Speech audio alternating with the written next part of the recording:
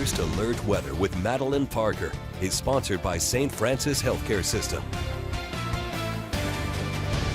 A lot of changes coming up in the weather world. Let's go ahead and take a look at our weather headlines. We have some showers and storms moving into the heartland by Saturday. They could be bringing in some gusty winds, some hail, potentially a spin-up tornado or two. We're going to keep a very close eye on everything as we're getting closer to the weekend.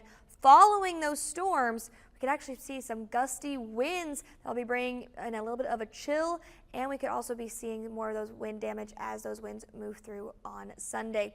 After the wind, after the storms, we're actually going to be seeing some near average temperatures, so it's going to cool down quite a bit as we're heading into the next work week. Now, I'm going to bring into Futurecast because everybody's curious about what's going on this weekend. So for today, looking at nice clear skies, we still have some high pressure that's keeping in a lot of that sunshine and those warmer temperatures, so enjoy it while it lasts. As we get into later on this afternoon, we'll start to see more clouds beginning to make their way into the heartland, bringing in some partly cloudy skies by later on tonight.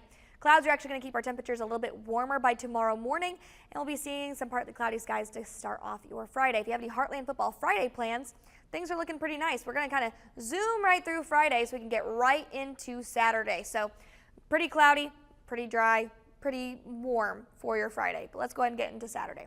Saturday around 9 a.m., we're starting to see some thunderstorms beginning to pop up. Those are going to start to make their way into the heartland in our far western counties, so Reynolds County, Carter County, parts of Ripley County. You guys are going to start to see those showers making your way in around 9 o'clock in the morning. We're going to start to see pretty scattered conditions around the lunch hour, so could still be seeing some gusty winds, may see a downburst or two as those storms begin making their way into the region.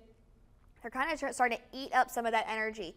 But the good news is, as we start to get those scattered storms start moving and lining out, we'll start to see this, and they'll move pretty quickly.